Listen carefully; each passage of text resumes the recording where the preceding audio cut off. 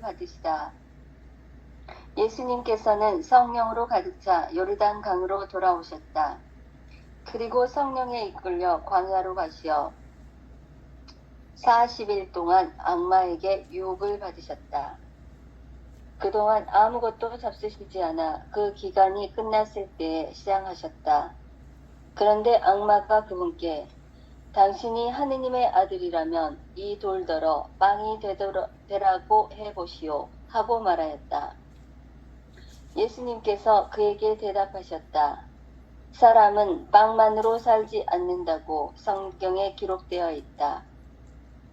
그러자 악마는 예수님을 높은 곳으로 데리고 가서 한순간에 세계의 모든 나라를 보여주며 그분께 말하였다. 내가 저 나라들의 모든 권세와 영광을 당신에게 주겠소. 내가 받은 것이니 내가 원하는 이에게 주는 것이요. 당신이 내 앞에 경배하면 모두 당신 차지가 될 것이요. 예수님께서 그에게 대답하셨다. 성경에 기록되어 있다. 주 너의 하느님께 경배하고 그분만을 섬겨라. 그러자 악마는 예수님을 예루살렘으로 데리고 가서 성전 꼭대기에 세운 다음 그분께 말하였다. 당신이 하느님의 아들이라면 여기에서 밑으로 몸을 던져보시오. 성경에 이렇게 기록되어 있지 않소. 그분께서는 너를 위해 당신 천사들에게 너를 보호하라고 명령하시리라. 행여 내 발이 돌에 차일세라. 그들이 손으로 너를 받쳐주리라. 예수님께서는 그에게 주 너의 하느님을 시험하지 마라 하신 말씀이 성경에 있다 하고 대답하셨다. 악마는 모든 유혹을 끝내고 다음 기회를 노리며 그분에게서 물러갔다.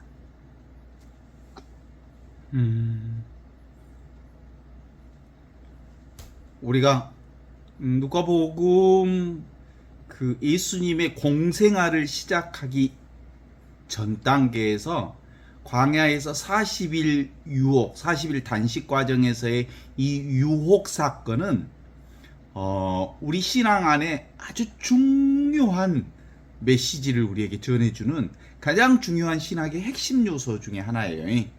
우리가 신앙생활을 하는데 장애 요소가 뭐냐? 이걸 얘기하는 거예요. 우리 신앙생활 하는데 우리 신앙생활에 평생 동안 우리의 발목을 잡는 게 뭐냐? 이게 바로 광야의 40일 동안의 사건을 통해서 다 드러내 보여주시는 거라고 우리가 말할 수 있어요. 실제로는 우리 그 예수님 당신 스스로가 어떤 분임을 드러내 보여주시냐면 예수님은 사실은 완전한 하느님이시면서 하느님의 생명을 가지신 분이니까 완전히 하느님의 영원한 생명을 사시는 분이죠. 100% 하느님입니다. 그러면서 동시에 예수님은 100% 인간입니다. 그러나 예수님은 100% 하느님이라고 한다고 해서 하느님으로 고정될 수가 없어요. 100% 인간이라고 해서 인간 예수로만 고정될 수가 없어요. 그러니까 하느님이면서 동시에 인간이지요. 그게 예수 그리스도의 온전한 자기 정체성을 드러내는 거예요. 그러면 다른 말로 얘기하면 뭐예요? 예수님은 하느님도 아니면서 사람도 아니고 또 하느님이면서 온전히 사람이면서, 그러니까 규정되어 있지 않는 거예요. 사람으로서 살 때 완전히 하느님으로서 사는 거고 하느님으로서 살 때 완전히 사람으로서 사는 것, 그것이 그리스도인의 정체성이고 예수의 정체성이. 정체성이라고 하는 것은 어떤 아이덴티티를 얘기하는 건데 근본적으로 그리스도인의 정체성이란 사실은 정해져 있지 않는 것이 그리스도인의 정체성이에요. 정해져 있지 않아. 그러나 완벽하게 하느님의 영원한 생명을 살면서 동시에 그 하느님의 영원한 생명을 경험하는 방식은 뭐예요? 인간의 방식으로 하느님을 경험하는 거예요. 아시죠? 이제 분명히 그 얘기는 예수님의 정체성이면서 우리 그리스도인의 정체성이, 나의 정체성. 나는 완전히 인간이야. 그죠? 인간으로 살죠? 그러나 나는 완벽한 하느님의 생명으로 사는, 영원한 생명을 사는 하느님의 생명이요. 근데 이 하느님의 생명을 우리가 경험하는 방식은 어떤 방식으로만 경험되냐면, 인간을 통해서 내가 하느님이라는 것을 경험하는 거야. 하느님의 생명을 지금 여기서 살고 있구나라는 것을 경험하는 거야. 이것이 우리 삶의 전부예요. 그런데 이렇게 사는 데는 이 광야의 40일 단식 과정에서 겪는 이 세 가지의 유혹이라고 하는 것을 통해서 우리는 평생 이 세 가지의 유혹에, 끊임없는 유혹으로부터 벗어나지 못해. 그죠? 자, 그 과정을 얘기하는 겁니다. 그러니까 기본적으로 인간이면서 동시에 하느님의 생명을 산다. 동의하십니까? 그런데 우리 인간은 어떤 한계에 봉착하냐면 이 이온성의 구조에 붙들려 있어. 하느님이거나 인간이지. 인간이면서 동시에 하느님이라는 사실을 우리는 도무지 경험할 수가 없는 거예요. 이건 신앙으로만 경험할 수 있는 거예요. 성령으로만 경험할 수 있는 거예요. 이걸 비이원적 진리를 경험하는 방식이에요. 이게 성령을 통해서만 경험하는 방식이죠. 자, 우리 인간들은 생각과 언어와 말과 개념으로 세상을 이해해. 그러죠? 그게 이론적 구조로서 세상을 이해하는 방식. 그래서 기본적으로 인간은 인간의 생각과 번뇌 속에서 살 수밖에 없어. 생각으로 나의 삶을 구상하고 나를 이해하고 나를 경험하는 방법밖에 없어. 그래서 이 번뇌와 망상과 생각과 언어와 개념과 자기 생각 속에 갇혀 있는 사람은 도무지 자신이 영원한 생명이라는 것을 깨달아 알 수가 없어. 어떤 방식으로든지 내가 번뇌와 망상과 이 생각으로부터 빠져나온 경험이 있는 사람만 알아. 어떤 방식으로 한번 빠져나와 본 경험이 있어야 되는 거예요. 이게 그 과정이라는 게 뭐라고? 어떤 사람이 평생 자기 집 어렸을 때부터 대단히 시끄러운 공장지대에서 살았대. 그러니까 공장 바로 옆에 주택이 있어서 거기서 나서도 자라서도 거기서 학교 다니고 거기서 중학교 다니고 거기서 청소년 기간을 다 지냈는데 어느 날 그 공장지대 공장이 어느 날 국가 그 정책상 다른 곳으로 이주하게 됐대. 그래서 보니까 자기 집이 그렇게 조용하다는 사실을 그때 알았대. 자, 공장이 시끄럽게 돌아다닐 때는 자기 집이 시끄러운 지역이라는 사실을 망각하고 살았던 거야. 늘 시끄러우니까. 시끄러운 것이 일상이었어. 늘 공장에 소리가 나고 공장 소리에 그 공장 시끄러운 소리에 있었는데 공장이 빠져나가면서 비로소 우리 집이라는 게, 우리 주택이 원래 이렇게 조용했었구나. 조용하다는 것이 무엇인지를 알게 됐다는 거야. 자, 이거하고 똑같아. 하느님은 사실은 우리가 우리 인간의 특징 중에 특징이 뭐예요? 만들어진 인간이잖아요. 언어를 통해서 내가 따로 생겼고 세상이 따로 생겼고 기억을 통해서 나라는 것을 인식하게 되는 이 인식 능력이 생겼잖아요. 그래서 생각으로 언어로 세상을 이해하는 방식이 생겼잖아요. 그래서 늘 우리는 생각으로만 세상을 보고 경험했던 거야. 그런데 생각은 사실이 아니에요. 이 생각이 사실이 아니라는 것을 어떻게 아냐면 생각으로부터 벗어나와 본 경험이 있는 자만이 생각이 현재가 아니고 과거 것, 미래 것, 지금 없는 것을 구상하고 생각하는 가짜라는 것을 알게 된 거지. 그런 거하고 비슷해요. 이런 경험에서 볼 때 근본적으로 우리가 지금 여기 이 순간 이와 같이 살아있는 존재, 순수한 존재의 경험, 존재 자체를 경험하는 것.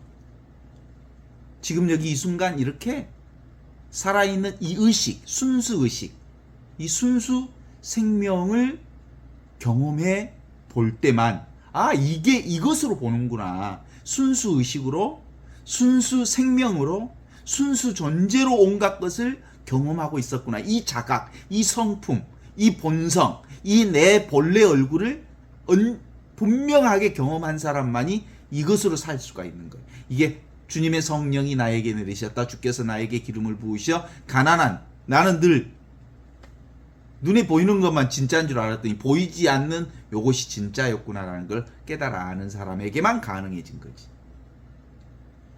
그래서 지금 여기 이 순간 이렇게 살아있는 하느님의 순수 존재에 의해서 실현된 세상이 이 현실인 거야. 이 의식이 펼쳐진 세상이 우리가 경험하는 현실인 거야. 이 생명이 겉으로 표현되고 펼쳐진 세상이 내가 경험하는 현실이라고.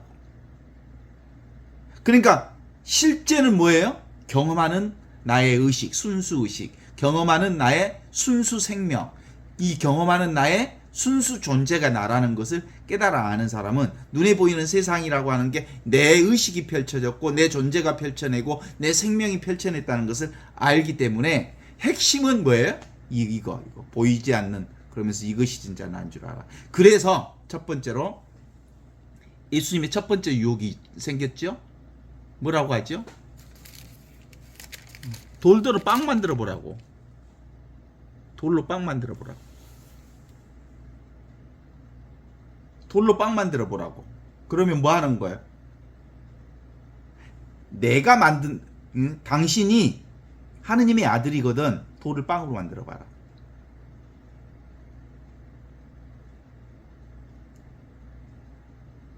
그러면 네가 한번 해봐라.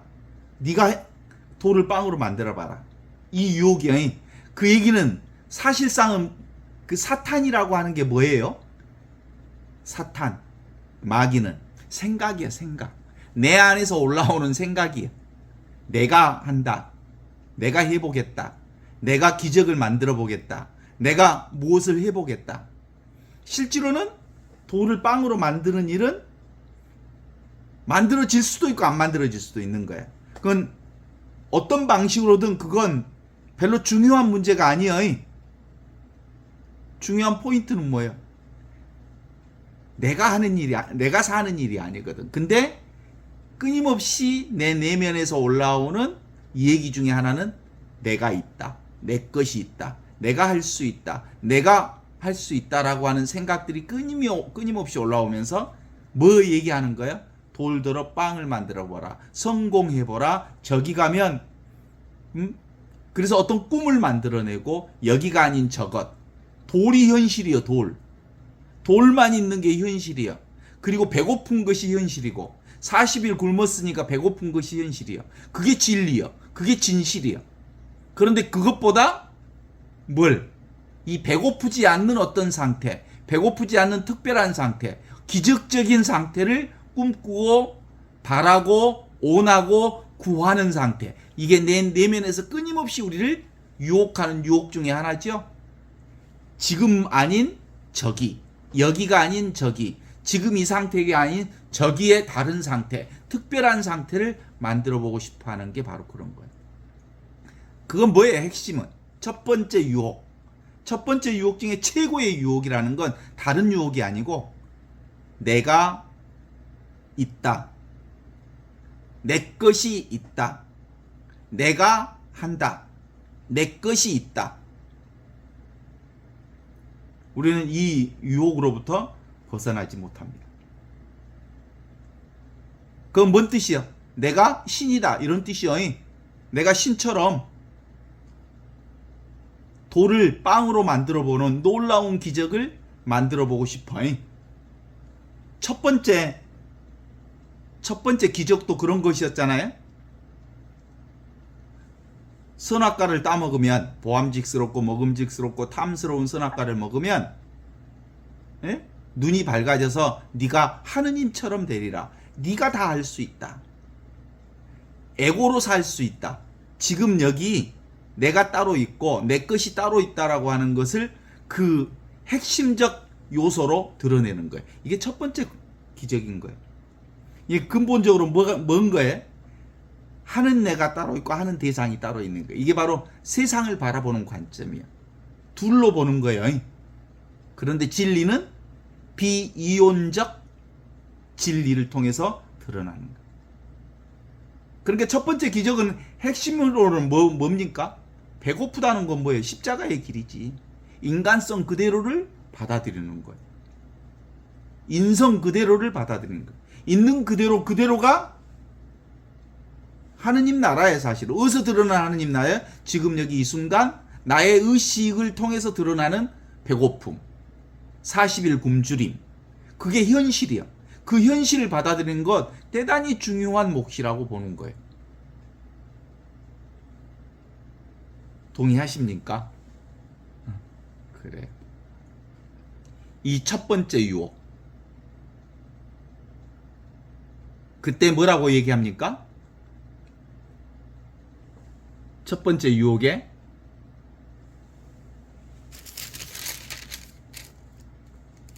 사람은 빵으로만 살지 않는다.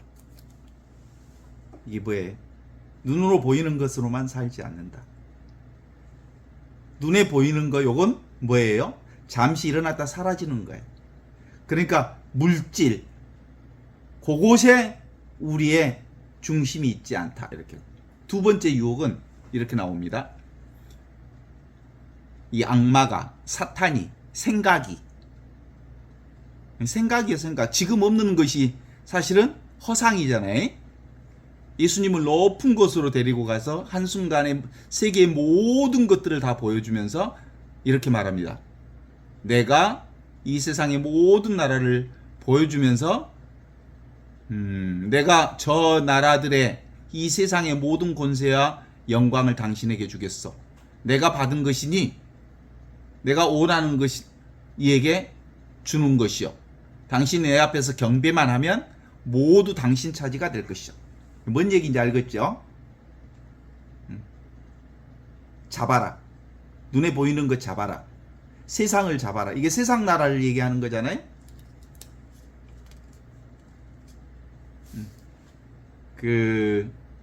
여기 지금 이게 성경에 나오는 요 부분을 장 칼빙이라고 하는 사람은 예수님이 공생활 가운데 광야에서 환상을 봤다. 뭐 이렇게 표현하기도 해. 근데 그건 별로 중요한 얘기는 아니에요. 실제로는. 환상을 보든 어떻든 그건 중요한 일이에요. 그러니까 사실은 생각으로 본 거니까 환상을 본 것이 똑같은 거예요. 생각은 환상을 보여주는 거잖아요. 생각 자체가 환상이니까. 그래서 저 높은 곳에 데리고 가서 아주 세상 영광을 다 보여주면서 나한테 절해라. 그러면 저 영광과 권세를 다 주겠다. 물질적 유혹이잖아요. 눈에 보이는 것으로 사는 거다. 이 유혹이죠. 눈에 보이는 것이 전부다. 내가 받은 것이니 내가 원하는 것을 주는 것이요. 하느님의 것을 내 것으로 삼고 싶은 거예요. 내 것이 있어? 세상에?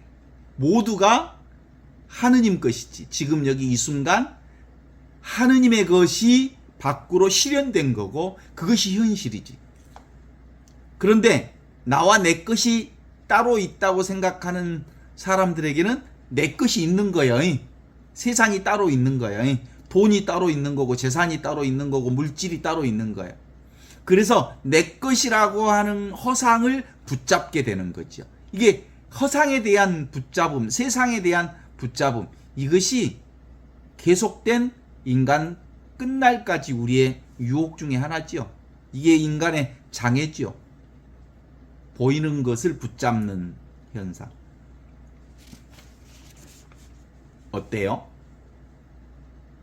세상 나라, 눈에 보이는 나라, 권세와 영광을 줄 테이니 나한테 경배하시오. 이게 우상숭배입니다. 자기동일시하는 겁니다. 돈을 자기동일시하고요. 권력을 자기동일시하고요. 주교가 자기인 줄 알고 주교를 자기동일시하고 신부라고 하는 신분을 자기동일시하고 그제 사장님, 회장님을 자기동일시하고 그런 거 없어. 뭐에 다? 역할일 뿐이고 배역일 뿐이고 내가 이 세상에 살면서 잠시 하나의 배역을 하고 있을 뿐인데 그 배역이 자기 존재하고 일치시키는 거예요. 이게 자기동일시. 이 자기동일시를 다른 말로 얘기하면 우상화라고 그래. 신부가 자기인 줄 아는 것 그건 우상화예요. 신부는 신부가 아니에요. 뭐예요? 신부는 그냥 이름일 뿐이에요. 꼬리표일 뿐이에요.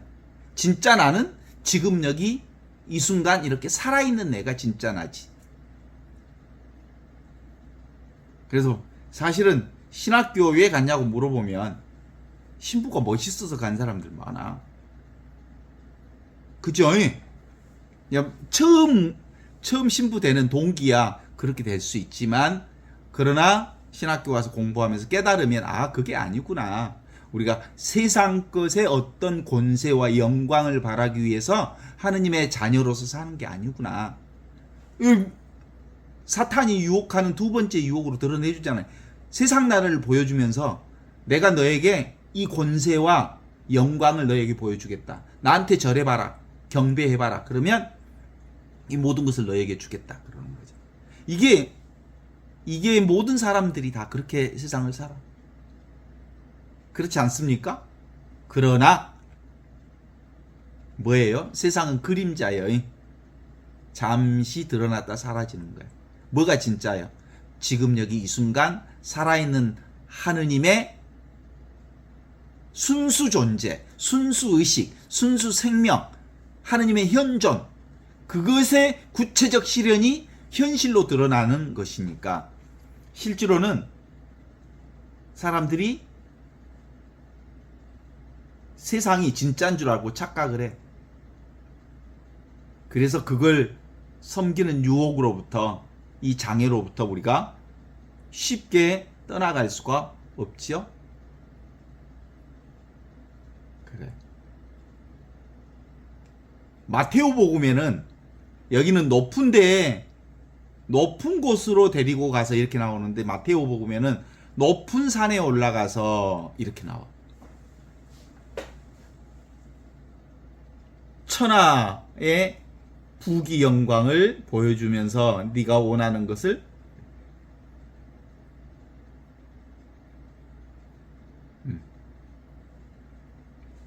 저기 높은 곳이 올라가면 저기 서울에서는 명동성당 같은 곳이겠지. 높은 곳.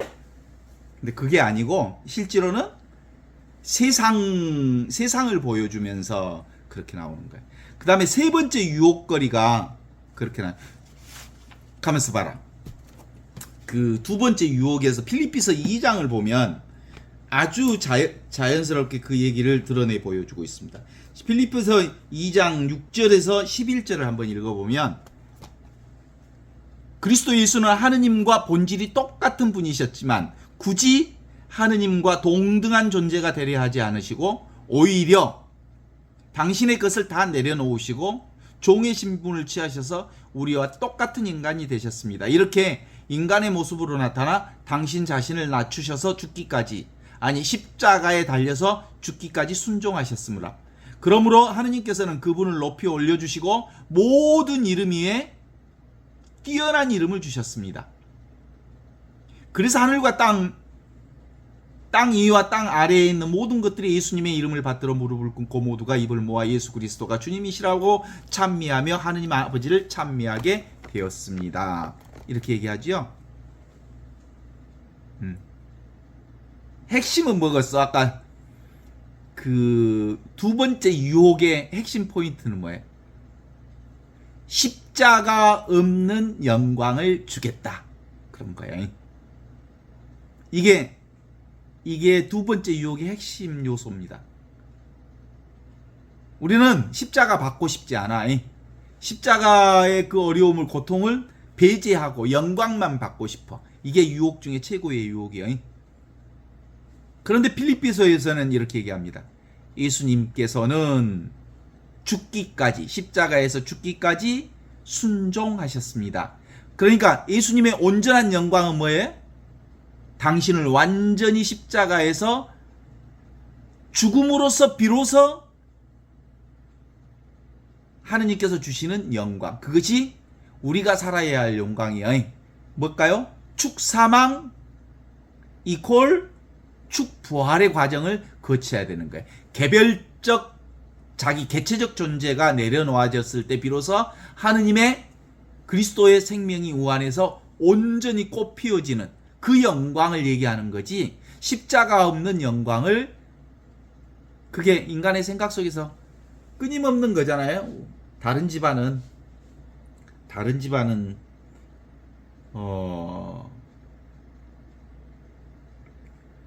다 겪어도 우리 집안은 그런 거 겪으면 안 돼. 다른 사람은 다 암 걸려도 나는 암 걸리면 안 돼. 그래서 나한테는 죄된 십자가 같은 거 없이 살았으면 좋겠어.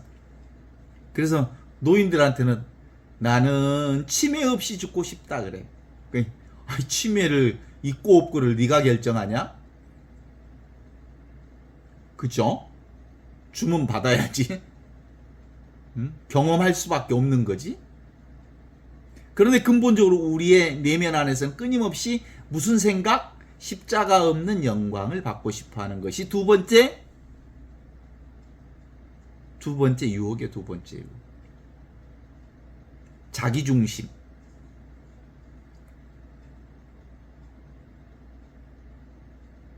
루카복음 4장 43절에는 그렇게 나옵니다.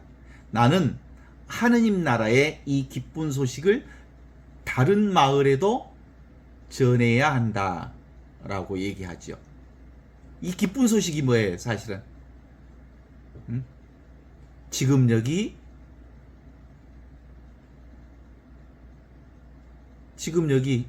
이 순간 살아있는 하느님의 현존, 순수의식 그 자체가 하느님 나라의 기쁜 소식이요. 여기 있어. 지금 있어. 하느님 나라가.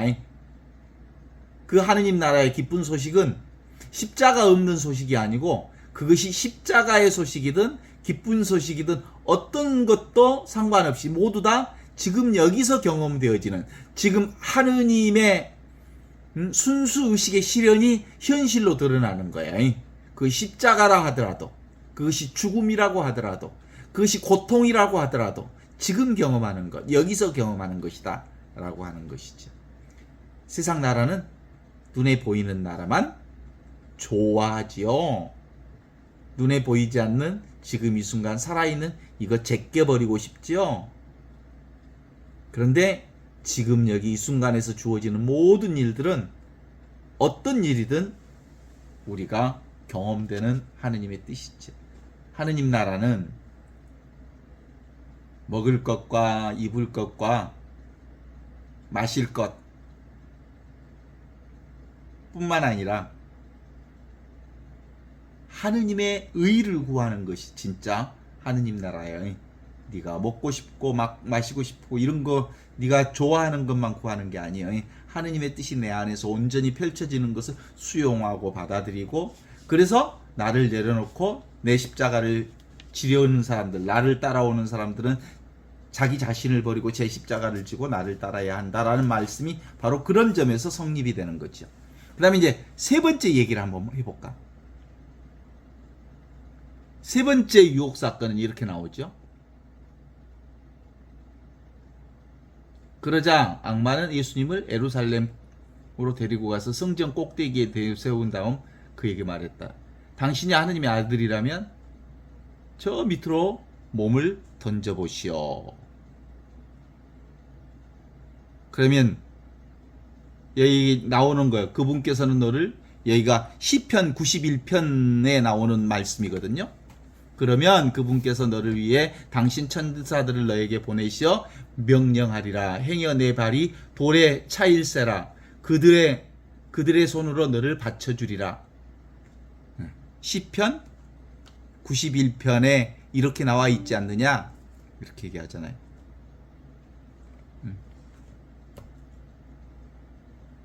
이게 하니까 뭔 생각이 나냐면 백척간두 진일보가 생각이 나.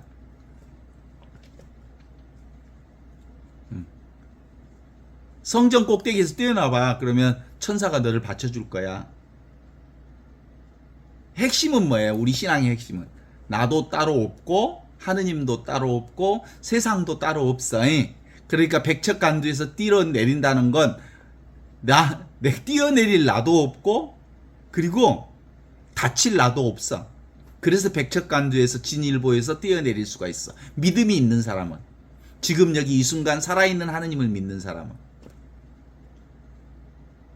나도 따로 없고 너도 따로 없고 일체가 따로 없으니까 무슨 일을 하든 어떤 일을 하든 아무 일이 없어. 그런 거예요. 이것을 믿지 않으면 실제로는 누구도 거기 위에서 뛰어내릴 수가 없어. 그리고 그건 누구의 생각이요? 사탄의 생각이요. 내가 어떤 위험한 상태에서 하느님이 나를 다 구해 주실 거다. 우리 집안을 다 막아 주실 거다. 그건 생각이요, 생각. 생각이 만들어진 거지. 그런 점에서 우리 신앙은 뭐예요? 하느님께 대한 완전한 항복이요. 나라고 하는 건 따로 없습니다. 세상이라고 하는 것도 따로 없습니다. 지금 여기 이 순간순간 살아있는 하느님을 통해서 드러나는 것들, 순수의식 그 자체일 뿐입니다. 순수 존재 그 자체일 뿐입니다. 순수 생명 그 생명 그 자체가 나지. 그죠? 그래서 그리스도의 생명을 믿는 거지. 순간순간 살아있는 하느님과 함께 살아있는 걸 믿는 거지. 그렇지 않으면 뭐라고 해? 예수님 하시는 얘기 들어보셨죠? 야, 이 바보야. 너의 주 하느님을 시험하지 마라. 하신 성경 말씀이 있다. 악마는 모든 유혹을 끝내고 다음 기회를 노리며 그분에서 물러났다. 자, 그러면 첫 번째 유혹이 뭘까요? 첫 번째 유혹은 하느님이 따로 있다는 유혹이야. 내가 따로 있다는 유혹이고. 두 번째 유혹은 뭘까요? 세상이 따로 있다는 유혹이야. 세상이 따로 있다. 그래서 세상의 어떤 것들을 자기 동일시해서, 그 다음에 세 번째 유혹은 나도 따로 없고 세상도 따로 없고 일체가 따로 없다. 뭔만 있다? 아무것도 없는 이 자리에서 순간순간 찰나찰나 순수의식에 따라서 드러났다 사라지는 일이 있을 뿐이요. 이게 영원한 생명이요. 이게 바로 지금 이 순간 살아있는 하느님의 생명이요. 어때? 동의하십니까? 근데 이걸 못 믿는 교회는 뭐예요? 교회가 세상의 파워를 보여줘야 한다고 생각해. 권력으로, 그리고 신부가 권력인 것처럼, 주교가 권력인 것처럼, 교회가 권력인 것처럼 세상에 힘을 좀 쓸 줄 알아야 된다고 봐. 그래서 그리스도가 힘이 있어야 된다고. 그리스도는 완전히 나도 없고 너도 없고 세상도 없고 올 일체가 따로 없는. 그래서 예수님은 어떻게 오셨어? 흙수저로 오셨잖아. 흙수저로. 목수의 아들로. 하느님이 사람이 되시 우리 가운데 오신, 그게 눈으로 보이는 세상 전반이 다 하느님께서 당신의 영광을 드러내어 주시기 위해 육신을 취하시고 세상의 물결을 취하신 거죠. 이재명이는 흙수저도 아니래. 숟가락도 없이 태어난 놈이래. 그래서 소년공으로 초등학교 졸업하고 소년공으로 고등학교 때까지 정규 교육을 받지 못하고 살았다는 거 아니겠어?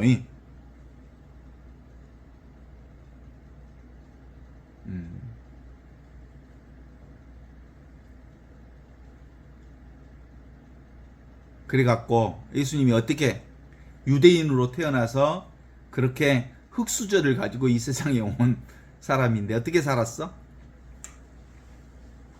나중에는 최고의 조롱을 받잖아요. 유대인들에게 가장 큰 조롱 중에 하나는 그거래. 얼굴에 침 뱉는 것. 저주이 저주. 우리나라 문화권에서도 얼굴에 침 뱉은 일은 그 존재를 저주하는 일이잖아요. 가장 큰 모욕이죠. 그리고 뺨을 맞잖아요. 수치죠. 가시관을 쓰잖아요. 그리고 최고의 수치 중에 수치가 알몸뚱아리로 벌거벗겨지잖아요. 그리고 홍포로 예수님을 뒤집어 씌우고 때리면서 누가 때렸는지 알아맞혀 보라고. 그렇게 해서 십자가로 죽잖아요. 실제로는 내가 따로 없기 때문에 그 가능한 거예요. 예수님 그러니까 맞았는데 맞은 바가 없어. 배침을 받았는데 침 배침을 받은 바가 없어. 당신이 따로 나라고 할 것이 없다고 하는 그 의식이 분명했기 때문에 나도 없고 너도 없고 세상도 없고 일체가 없다는 사실을 알기 때문에 어떤 일이 일어나도 아무 일이 없는 거예요. 그렇지 않습니까?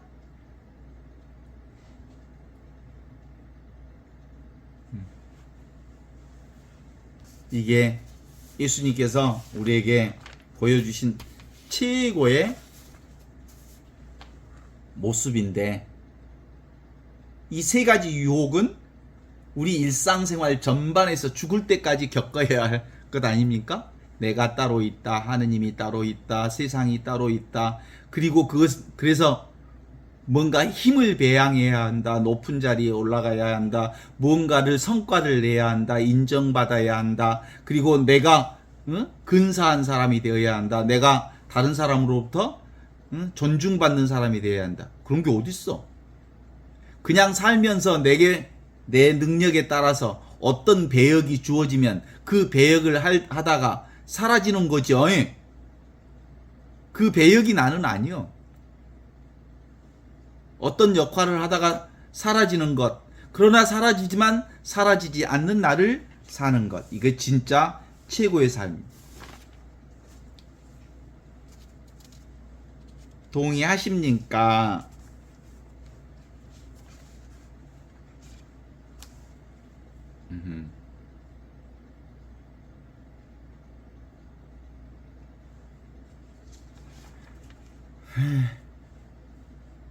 근본적으로 이런 의미에서 예수님의 40일 단식, 요건 배고픔이었지만 그 배고픔을 인간 그대로 받아들임으로써 현실 그대로, 십자가의 상황이죠. 배고픔의 상황은 그대로 수용하고 있는 그대로 받아들이고 눈앞에 펼쳐지는 그 세상 그 자체를 받아들이는 예수님의 모습을 통해서 사람은 빵으로만 살지 않는다. 그리고 있는 그대로의 삶을 받아들이는 것, 그것이 예수님의 지금 당신이 바로 하느님의 생명으로 산다는 것을 드러내 보여주신 거죠. 많은 일이 있는 우리의 몸과 마음, 그것이 나는 오늘도 수많은 일들을 경험하지요. 그래서 돌을 빵으로 만들어서 탁 특별한 어떤 일을 하고 싶어하는 이 욕망은 인간이 죽는 날까지 사라지지 않는 유혹 중에 하나입니다. 특별한 일이, 특별한 사람이, 특별한 관계가, 특별한 어떤 것을 만들고 싶어하는. 그러나 세상은 뭡니까? 생사권이죠. 태어났으면 죽는 것. 세상의 모든 것은 영원한 것이 없는 것. 자연스럽게 변화되는, 꽃이 피었으면 지는 것. 그럼 너무 당연해요. 피고 지는 건 둘이 아닌 거예요. 그러니까 생과 사는 둘이 아닌 거예요. 이 이온성의 세계 그대로가 진리라는 것을 받아들이는 것.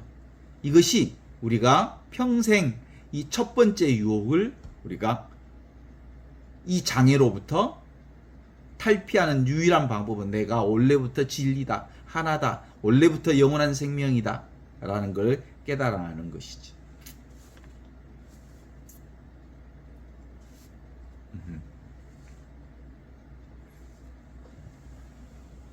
그래서 우리가 지금 여기 이와 같이 살아있는 존재로 살고 있죠? 살아있죠? 이건 말할 필요가 있어? 나 살아있다는 것을? 나 살아있다. 그럼 미친놈이라 그러지. 너 존재하고 있냐? 그럼 나 존재하고 있지. 이걸 말할 필요가 있어? 나는 늘 의식 가운데 있는 거야. 이 의식. 의식하고 있죠? 나는 생명을 살고 있죠? 말할 필요가 없는 진리요. 이게 하느님의 일이요. 이게 영원한 생명이요. 이게 마땅하고 합당한 일이로소이다. 하느님과 함께 있다는 건 너무나도 지당하고 합당하고 지당한 일이로소이다. 맞죠? 내가 없냐고. 내가 어디가 없어 있지. 나는 늘 있지. 죽어도 나고 살아도 나고. 이 의식이 사라지냐고. 이 영원한 생명이. 이 당연한 일. 지금 여기 이 순간이와 같이 살아있는 깨어있는 존재, 깨어있는 의식, 깨어있는 이 생명, 이 본성품으로 있는 것이 바로 우리의 신앙생활입니다. 이것으로 살아요. 이 생명. 몸뚱아리는 내가 아니여. 몸뚱아리 안에 깃들어 있는 생명, 세상을 보는 생명, 듣는 생명, 느끼는 생명, 이거 자각, 센서, 이것이 나지. 이 눈으로 보는 것을, 이 눈이 떠지는 것을 관상생활하는 거예요. 관하는 거. 하느님의 눈으로 세상을 보는 거예요. 이게 하느님께서 모든 일을 다 하시는 성사생활이에요. 그걸 믿는 게 성사생활이에요. 하느님이 하신다. 내가 하는 일 하나도 없다. 이게 신앙생활이에요. 그래서 일상생활 전체가 신앙생활이고 관상생활이고 성사생활이고 이 일상생활 전체가 성체성사예요. 일상생활 전체가 하느님의 놀라운 변화가 이 순간순간 이루어지는 경험하는 성체성사라고. 그것을 깨달아 아는 사람이어야 비로소 전례 안에서의 성체성사를 정말 소중하고 귀하게 봉헌할 수 있는 거죠. 아시죠? 그런 의미에서 우리의 최고의 장애 요소는, 첫 번째 장애는 뭐라고요? 돌로 빵을 만들고 싶어하는 내가 따로 있다. 내 것이 따로 있다라고 하는 거예요. 이게 뭘 해보고 싶어. 끊임없이 뭘 해보고 싶어요. 내가. 그래 할 수 있죠. 그러나 그것이 내가 하는 게 아니에요. 내가 하되 내가 하는 게 아니에요. 보되 내가 본 게 아니고. 이게 그럼에도 불구하고 내가 있다는 이 귀신 신나락 까먹는 소리는 계속해서 내 귓 속에서, 내 마음 속에서 내가 한다, 내가 한다, 내가 한다라고 하는 귀신 신나락 까먹는 소리는 끊어짐이 없이 들릴 거예요. 내가 할 거야, 내가 할 거야, 내가 할 거야, 내가 하는 거야, 내가 하는 거야. 두 번째 장애. 대상 경계가 따로 있다. 세상은 무상한 거잖아요. 끊임없는 차이와 차별로서 반복되어지는 세상. 그런데 그것이 어떤 패턴을 가지고 있어. 근데 그 패턴이 실제로 존재하는 것처럼 보여. 그것을 세상이 따로 있다고 보는 것. 그걸 뭐라고 그래요? 우상이라 그런다니까. 그것이 바로 동일성의 우상이라 그래. 동일성의 폭력이라고 그래.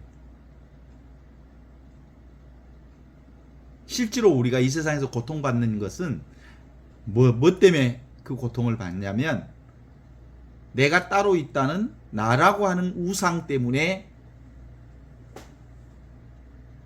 받는 고통이라고 볼 수 있어. 내가 있으니까 고통받지.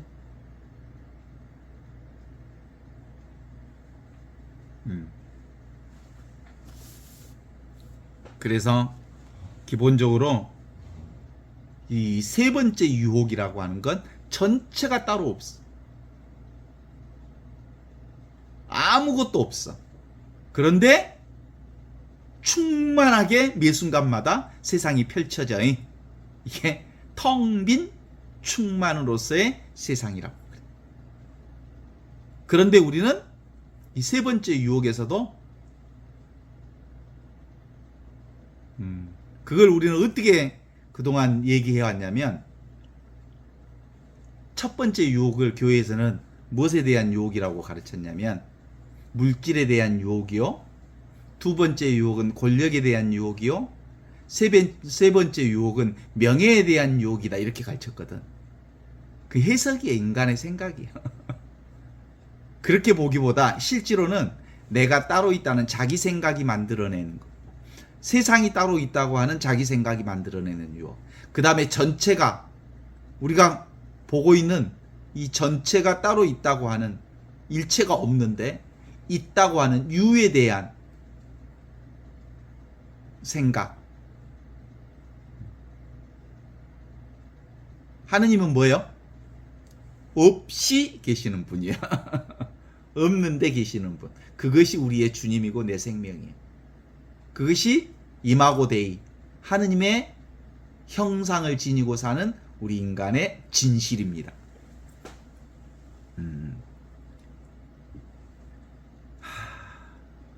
하느님이 있다고 하는 건 희론이에요, 희론. 깨달음이 따로 있다. 하느님이 따로 있다. 성령이 따로 있다. 이 희론이요. 없이 계시는 분이 작용할 뿐이요. 경험되어져. 사랑이 경험되어지지만 사랑이라는 건 없어. 그죠? 행복이 경험이 돼. 행복이 경험되죠? 근데 행복이란 따로 없어. 그죠?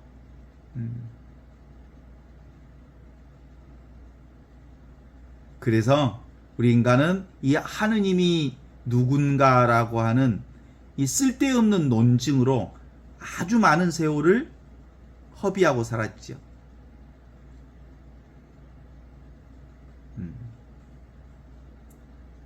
그래서 오늘 다시 한번 광야에 40일 동안 단식하고 난 다음에 사탄으로부터 유혹받은 것은 무슨 유혹? 생각으로부터 받은 유혹이에요. 사탄이 따로 없어. 생각이 사탄이지. 생각이라고 하는 놈은 실제하지 않는 놈이 자꾸 과거나 미래의 것을 구상하고 따로 있다고 뭔가를 붙잡는 행위. 그것에 의해서 우리가 붙잡히지. 잡으니까 잡히지. 생각에 잡히지. 귀신에 잡히지. 사탄에 잡히지. 그래서 아무것도 하지 않으면 우리는 온전히 하느님께서 모든 것을 다 해주셔. 내가 뭐니까? 하느님의 생명으로 사니까. 영원한 생명으로 사니까. 그래서 근본적으로 신앙이란 에고의식의 소멸이야. 내가 따로 있다. 세상이 따로 있다. 어떤 것이 따로 있다. 그런 건 인간의 생각이 만들어낸 거죠. 그래서 예수님께서 우리를 부르실 때 이렇게 얘기하는, 나를 따라오라. 나를 따라오라. 팔로우미. 이렇게 부르시면서 나를 따르는 사람은 제 십자가를 지고 자기 자신을 버리고 제 십자가를 지고 나를 따라야 한다.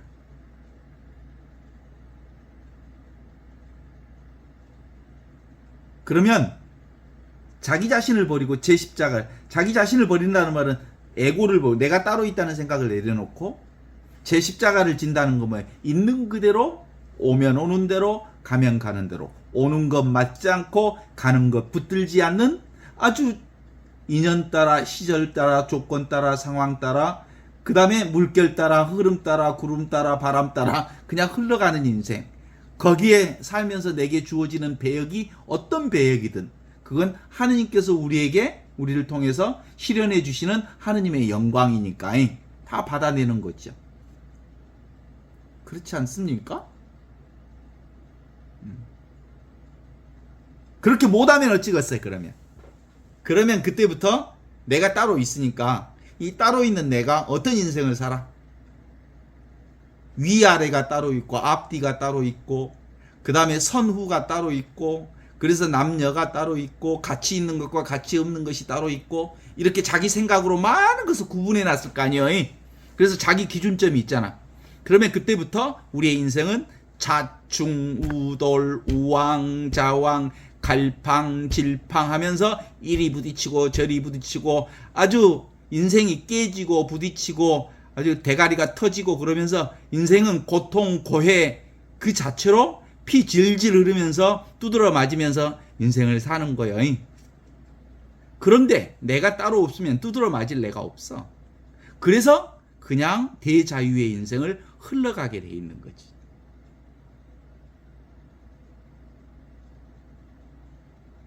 멈추어라. 그러면 뭐가 보인다? 하느님의 생명과 내가 보인다. 멈추어라. 그러면 열린 존재, 절대 존재, 영원한 생명이 원래부터 나와 온전히 하나로 있다는 것을 깨달아 알게 될 거다. 이런 거죠. 그렇지 않습니까?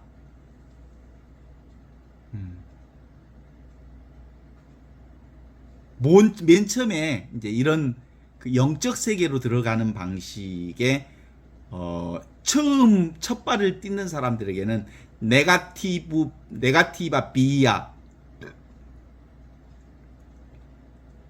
부정적인 길을 통해서 긍정적인 하느님을 발견하도록 해. 포지티브 비아라고 하는 긍정적인 길, 하느님의 영광을 발견하는 방법은 보이는 것 그리고 세상 이것은 내가 아니다, 내가 아니다, 내가다. 어떤 것도 고정적으로 영원한 것은 없다. 그러니까 보이는 나도 내가 아니고 너도 내가 아니고 실제로 존재 따로 있는 것은 도무지 없다. 그래서 이것은 내가 아니다. 저것은 내가 아니다. 내가 잡는 것도 내가 아니다. 신부도 내가 아니다. 남자도 내가 아니다. 이것도 내가 아니다. 저것도 내가 아니다. 그래서 늘 네거티브로부터 시작되는 거예요. 그러면 뭘 발견해요? 뭘 발견해?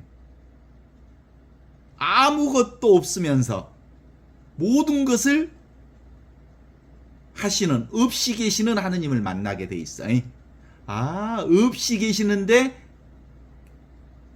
너무나도 자명하게 살아계신 하느님이 지금 여기 이 순간 나와 함께 계시는구나. 그렇게 이제 알면서 그것이 분명히 내 안에서 체험되면 그때부터 포지티바 비아 긍정의 길로서 모든 것이 다 하느님이에요.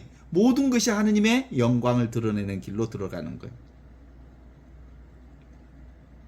우리가 그 필름을 찍으면 필름이 어떻게 나와요? 까마고 하얗고 이렇게 나오잖아요. 이게 네거티바 필름이에요. 이걸 인쇄하면 제대로 나와요. 인쇄하면 현실로 드러나. 그러니까 근본적으로 필름과 같이 모든 걸 부정하다가 모든 걸 부정되는 거예요. 아무것도 현실적으로 고정되어 있는 것은 없다. 영원한 것은 없다. 그러면 영원한 게 뭔만 있어? 없이 계시는 하느님만 있으면서 하느님을 통해서 모든 것이 존재하는 모든 것은 지금 여기 이 순간 살아있는 하느님의 영광을 드러낸다. 이게 그렇지 않습니까? 그래서 비로소 우리 삶 안에서 순수 의식으로서 지금 여기 이 순간 살아있는 하느님의 존재, 순수 존재여서 그분이 이렇게 삶을 펼치고 있구나라는 걸 깨달아하는 방식을 알게 되죠. 그러니까 우리의 삶 전체는 하느님의 놀라운 그리스도의 향기로 가득 차 있어. 침묵의 향기로 가득 차 있어. 세상은 하느님의 향기로. 그래요, 안 그래요? 이 소리 없는 소리로, 광야의 소리로, 침묵의 소리로 너희들이 이 놀라운 하느님의 이 텅 비어 있으면서 모든 것을 신비롭게 창조하는 이 침묵의 하느님의 향기를 맡지 못하면 돌들이 소리칠 것이다. 그래. 돌들이 소리친다는 말은 뭔 말이에요?